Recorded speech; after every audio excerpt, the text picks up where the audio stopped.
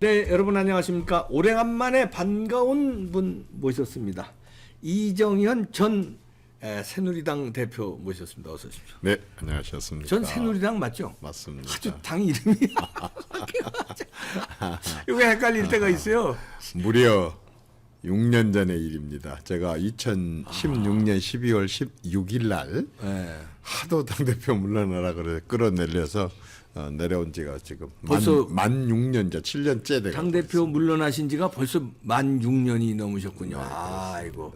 그렇게 돼서 요즘에 남다르시겠습니다. 이제 후배 당대표를 뽑는 전당대회가 이제 준비 중인데 지금 뭐 감론을 막 시끄럽습니다. 어떻게 보고 계십니까? 이 정도로 감론을박이라고 보면 너무 점잖하게 점잖은 표현이네. 아이고 죄송합니다. 예, 뭐 난리 났습니다. 네. 당 대표 선거 진행, 선거라고 하는 것은 항상 시끄러운 법이니까 그렇죠. 그렇다손 치더라도 저는 지금 국민의힘의 상태 이 말하자면 사실은 그 비대위를 거듭하고 그렇죠. 있거든요. 몇 번인지 몰라요. 그러니까 대선 후에도 비대위고 대선 전에도 비대위고 그렇죠. 자, 이제 사실은 어떻게 보면 지금 저 당은 새로 시작하는 게 맞아요. 그러지 않습니까? 비상대책이라고 하는 것은 정말 당이 망할 지경에 이르렀을 때 한 번 정도는 완전히 갈아엎어가지고 완전히 혁신하고 쇄신하고 대전환하고 대변환을 시켜가지고 지금까지와 다르게 새로 태어나려고 할 때 딱 한 번 거치는 게 비대위거든요. 근데 이건 비대위. 그런데 비대위의 고비대위의 비상대책, 그렇죠. 고비상대책의 비상대책의 비상대책 이게 지금 한두 번도 아니고 몇 년째입니까? 그런데도 발등에 불이 지금 떨어져 있는데도 뜨거운지를 모른다고 한다면 그 발을 그냥 아까진게 발라갖고 되겠습니까? 이것은 지금 국민의힘 상태와 국민의힘의 국회의원들과 그 구성 원들은요. 지금 우리 당이 어떤 상태인가부터요. 밤낮 없이 9박 11일 동안 그것부터 들여다봐야 됩니다. 그러지 않습니까? 어떻게 비대위, 집권당의 비대위가 한두 번도 아니고 계속 이렇게 이어질 수가 있습니까? 근데 그 전에 그것뿐입니까? 그렇게 문재인 정권 잘못했다. 문재인 정권이 국가의 시스템을 다 망가뜨린다. 문재인 정권이 구석구석을 비정상으로 한다고 나라가 큰일 났다고 모두가 하고 있을 때 대통령 선거를 1년 놔두고 대통령 후보도 못 냈습니다. 나중에도 국민의힘 사람들이 코온 사람들이 활동한 사람들이 대통령 후보 됐습니까? 제1야당이 대통령 후보 하나도 못 낸 당 아닙니까? 이게 그렇죠. 보통의 문제입니까? 그러니까. 이게 지금 누구 앞에서 네가 잘했네 내가 잘했네 하고 싸울 처지의 당의 모습이냐고요. 야당이 제1야당이 대선 후보 하나를 끝내 못 낸 대선 후보도 못 낸 당 집권당이 돼갖고도 비대위를 거듭하고 있는 당 더 거슬러 올라가면 국민들에게 이 사람 대통령 시켜주십시오. 그러면 나라를 이렇게 변화시키고 여러분 이렇게 편안하게 살게 하겠습니다. 라고 공약을 내세워놓고 만들어놓은 국민들이 그 사람들 말 믿고 뽑아준 대통령을 지키지도 못하고 뺏긴 집단이나 그 대통령을 끌어내려가지고 자기 당에서 대통령 만들어 당이라고 해놓고 그 대통령을 끌어내린 사람들이 아직도 당의 양대 중추 세력을 형성하고 있는 당 정상입니까? 이게 어떻게 지금 여기서 당대표 뽑는 게 무슨 의미가 있어요? 그러지 않습니까? 그러면 어떻게 하면 싹 해체하고 해체고 그런 걸 다 떠나서요. 어디든지 잘못도 있고 문제도 있고 어느 정당이 지고지선하고 어느 정당이 전지전능하겠습니까? 그렇죠. 문제는 있을 수 있습니다. 문제도 어느 정도이지. 이 정도로 되면은 진짜 크게 변해야 되지 않습니까? 좀 부끄러워할 줄 알아야 됩니다. 이 정도로 된다고 한다면 그 구성원들과 국회의원들이 좀 부끄러워할 줄 알아야 됩니다. 비대위원장 했던 사람이 또 비대위원장 한다고 그러고 그렇게 비대위원장 하는 사람이 자기들이 고소해갖고 또 법원에서 어떻게 되고 이런 식으로 해가면서 거듭해도 부끄러울 줄을 몰라요. 그리고 그 사람이 또 뭐하고 그 사람이 또 뭘 맡고 이렇게 해가고 있고 명색이 진짜 5선 이상 국회의원이 6명이나 되는 당에서 그 당 대표 하나를 그 사람들 중에서 나온 사람이 없을 정도로 지금 당이 엉망진창이지 않습니까? 뭘 갖고 어디 조금 생청이 났다고 뭐 싸운다 어쩐다 이것 갖고 얘기할 때가 아니라 지금 이 당은 전체가 모여서요. 전체가 모여서 정말 국민들이 보는 앞에서 공개적으로 비공개로 하지 말고 공개적으로라도 해서 9박 10일이 됐든 10박 11일이 됐든 자기들의 위치가 지금 어딘지를 먼저 진단을 해봐야 된다. 야당이 어떻고 어떻고 누가 어떻고. 반성회부터. 아니 반성 정도가 아니라 이건 반성이 갖고도 안 되는 고칠 문제가 아니라니까요. 이건 한마디로 국이 있잖아요. 국이 상했어. 상한 국을 먹으면 배탈 나잖아요. 그래서 국물을 딸고 다시 또 국물을 부어서 먹었는데 또 배탈이 나. 왜 그러겠습니까? 버려야지. 그 안에 건더기가 상해갖고 있으면 물갈이 100번 해봐도 소용이 없습니다. 지금 완전히 건더기가 상해갖고 있는 상태인데 국민들은 다 알고 있는데 어느 집에 시골 집에 아니면 강남 어느 집에 방 안에 코끼리가 들어와서 앉아있어. 그럼 그 동네 방네 소문 안 납니까? 그렇지. 자기들도 알고 동네도 다 알고 온 국민들도 다 알고 있는데 방 안에 코끼리가 들어와 있는데도 불구하고 코끼리 들어와 있던 것을 본인도 모르고 동네도 얘기를 안 하고 있다고 하는 것은 그 말이 망할 집입니다. 망할 집. 이렇게 하면 안 돼요. 지금 국민의힘은 우선 자기들이 모여서 자 우리는 어떤 위치에 있고 국민들은 우리를 어떻게 보고 시대가 그때하고 어떻게 바뀌었는데 지금 우리 당은 어떻게 달라져야 됐는가 하는 것을 알지도 모르고 되지도 모르는 그런 당대표한테 맡겨갖고 이렇게 하려고 하지 말고 전체가 모여서 한번 해야 되는데 아까처럼 전체 모여서 그게 어렵다고 한다면 방법이 뭐냐? 소속 국회의원들과 당협위원장들과 핵심들이 전국으로 흩어져서 강원도부터 제주도까지 전국으로 흩어져서 최소한도 저는 5만 명 내지 10만 명 정도의 각 분야의 국민들을 만나서 좀 얘기를 들었으면 좋겠어요. 지금 정치권에 바라는 거 또 우리 지금 윤석열 정부에 바라는 게 뭔지 국민의 쓴소리를 들어야 돼요. 그것도 한두 사람 얘기가 아니라 모든 분야에 5만 명에서 10만 명 정도의 국민을 직접들 만나가지고 모은 그런 것들을 계속 요즘에 컴퓨터 시설이 잘 돼 있지 않습니까?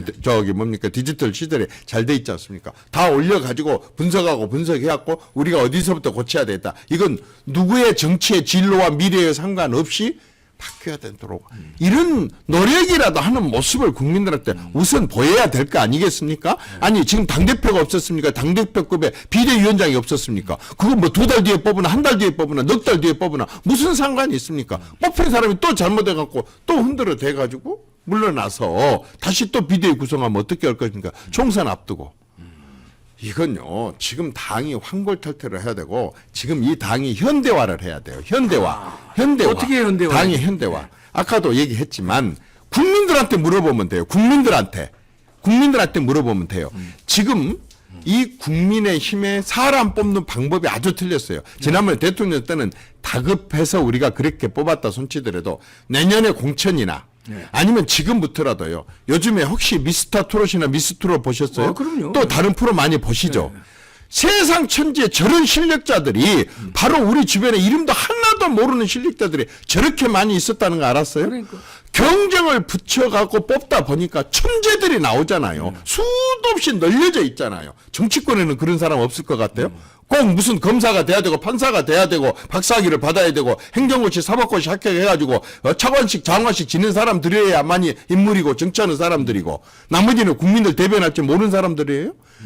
이제는 그런 말하자면 완전 자유 경쟁을 붙여 갖고 하다 보면 인물이 널려 있습니다. 다현이 같은 사람도 나오고 아니면은 여러 얼마든지 그런 인재들이 지금 널려 있는데 우리는 자유 경쟁을 하지 않고 경쟁이 없지 않습니까? 경쟁이 없이 이런 식으로 하려고 하면 되겠습니까? 저는 지금 당에 제일 시급한 것은 당대표 뽑는 것이 아니라 이 당이 지금 어떤 위치에 와 있고 국민들로부터 어떤 취급을 받고 있다고 하는 것을 먼저 깨달은 게 최우선이고 그 다음에 당을 완전히 현대화를 해야 되는데 사실은 내가 이 당의 모습을 보면요 공화당 모습입니다. 공화당의 연장입니다. 옛날 예? 공화당. 민정당도 아니고 공화당. 그때도 조직국이 있었고 홍보국이 있었고 기조국이 있었었고 그때도 정책위가 있었었고 무슨 사무총장이 있었고 원내총무 있었었고 당대표 있었지 않습니까?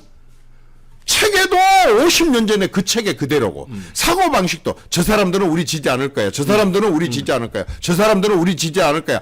지지 않을 것 같은 사람은 애초에부터 그냥 다 배제시켜버리고 저 사람은 우리 편, 저 사람은 우리 편, 저 사람은 우리 편만 해갖고 늘 그 사람들만 상대로 해서 이렇게 하고 그 다음에 배지 달기 전하고 배지만 달았다면 그 다음부터는 완전히 무슨 사람이 달라지고 말이야. 이런 식으로 하는 권위주의와 또 국민들의 말을 들으려고 하지도 않은 것과 종합적으로 보려고 하지 않은 것과 옛날하고 지금 청년들하고 노동자들하고 호남이 다릅니다. 그런데 그 사람들은 애초부터 아니라고 포기를 하고 버려버려요. 이런 게 뭐냐? 이게 바로 구태 정치예요. 이게 앙샹 내짐이에요. 구체제예요. 이게 옛날부터 이 당이 해오고 있는 방식인데 이걸 하나도 안 고치고 계속 이러고 있다니까. 이렇게 해가지고는 안 되니까 모여서 우선 우리가 뭔지를부터 깨달았으면 좋겠어요. 아, 좋은 말씀입니다. 이 국민의힘에서 좀 그 깨달아서 미스터 트롯 방식으로 전국 경연 그거 하기 전에 우선은 국민들의 뼈저린 소리를 다 모아서 그 데이터를 착 해서 우선 아니 그 전에는 신용이라도 했어요. 왜냐면 이렇게 당이 어려울 때 뭐 예를 들어서 교수라든가 뭐 제야의 논객들 뭘그 쓴소리 듣고 그래서 막 그냥 그거 듣고 경청하는 모습이라도 쇼라도 했는데 지금 아예 그런 행사도 안 하네. 그냥 자기네끼리 밀어붙여요. 자기네들끼리란 말이 밑줄 쫙. 네. 자기네들끼리 밀어붙여요. 자기네들끼리. 네. 그런데요. 네. 잘 알다시피 다음번 총선, 내년에 있는 총선은 이겨도 되고 안 이겨도 됩니까? 아니면 비슷하게 이겨야 됩니까? 그렇게 하고는요. 절체절명이에요. 절체절명이에요. 그 다음 날부터요. 식물 대통령 돼요. 그러니까요. 예? 불과 언제냐면 내년이에요. 내년 4월 달이라고 코앞에 닥쳤다고. 내년 선거는 반드시 이겨야 돼요. 그러면 그 이기는 전략이 뭐냐? 이기는 전략이요. 중도표입니다. 예? 아주 열성적이고 진짜 보수를 사랑하는 저 같은 사람들 다 빡빡 뭉쳐도 한 30% 될 겁니다. 예? 진보 한 20% 될 겁니다. 나머지는요. 중도예요. 중도. 이 중도표를 끌어오지 않고 이길 생각을 한다 그런다면 그건 멍청이들입니다. 멍청이들이나 하는 짓거리입니다. 뻔히 지금 국민들이 변화를 보고 있지 않습니까? 똘똘 뭉쳐갖고 목소리 세게 한 사람들만 갖고 투표할 수 있어요? 이길 수 있어요? 중도도 좀 변하지 않나요? 지금요. 이 중도가 저는 무지하게 많이 늘었다고 생각을 합니다. 그러니까. 왜냐하면 이 중도들이요. 잘 알다시피 우리나라 국민들이 지금 세 부류로 나눠져 있어요. 저같이 이제 65세 이상 된 사람들, 우리 앵커님하고 똑같이, 동갑이요. 65세 이상 되는 사람들은 태어날 때부터 후진국에서 태어났어. 그렇죠. 그러니까 후진국 사람 특유의 그냥 참고 긴다리는 거. 어쨌든 비굴하더라도 조금 뭐 견뎌내는 거. 그냥 15시가 아니라 18시간이라도 애써서 일해갖고 어쨌든 뭐 한 푼이라도 더 벌어보겠다. 그런데요, 우리 밑으로 해가지고 한 40세까지는 태어나서 보니까 중진국에서 태어난 거예요. 그렇지. 이 중진국에서 태어난 사람들은요, 배운 사람들도 많고 또 뭐 성공한 사람들도 많고 이래가지고요, 굉장히 이제 이 사람들 방법은 우리가 살아왔던 방법하고 다릅니다. 다르지요. 그런데 40세 이하가 문제입니다. 이 사람들은요, 난 태어나고 보니까 선진국이야. 나는 모든 게 풍요가 넘치고 자유가 넘치고 평화가 넘쳐. 그러네. 이 사람들은요, 아쉬운 거 하나도 없어요. 옛날에 우리는 뭐 코만 좀 크고 머리만 노래도 막 굉장히 우리보다 힘세 보였었어. 외국인들은. 지금은 외국에 가가지고 빌보드 차트를 완전히 다 휩쓸어버리고 완전 아카데미상을 휩쓸어버리고 그러니까요. 이렇게 하잖아요. 월드컵 나가가지고도 완전히 뭐 최고의 그 실력을 가진 나라 팀들을 갖다 막 가서 집 뭉개잖아요. 이게 지금 요즘 젊은 애들이다 보니까 이 젊은 애들의 취향, 정치적인 선택과 아까처럼 그 중진국에서 태어난 사람들의 선택과 그 뒤에 태어난 사람들의 선택이 완전히 다를 수가 있습니다. 그런데 우리는 숫자로 이겨놓고 봐야지. 우리한테 열렬 지지한다고 해갖고 거기다만 몰두를 해갖고 선거에 이길 수 있습니까? 그렇죠. 그건 집권하고 난 뒤에 어떻게 하든 저렇게 하든 우선 선거에 이기려고 한다면 중도를 잡아야 되는데 네. 지금 중도가 50%가 넘어진다니까요. 왜? 이 스마트폰 가지고 모바일 가지고 돌아다니면서 다 정보를 입수를 하다 보니까 자기 판단을 한다고요. 그러니까 지금 국민의힘 사람들이 자기들의 엘리트 의식을 갖고 집권을 했으니까 권력과 힘을 가졌다는 인식과 사고방식을 갖고 뭐 하면 따라오겠지? 국가 예산 주면 지그들이 나한테 표 주겠지?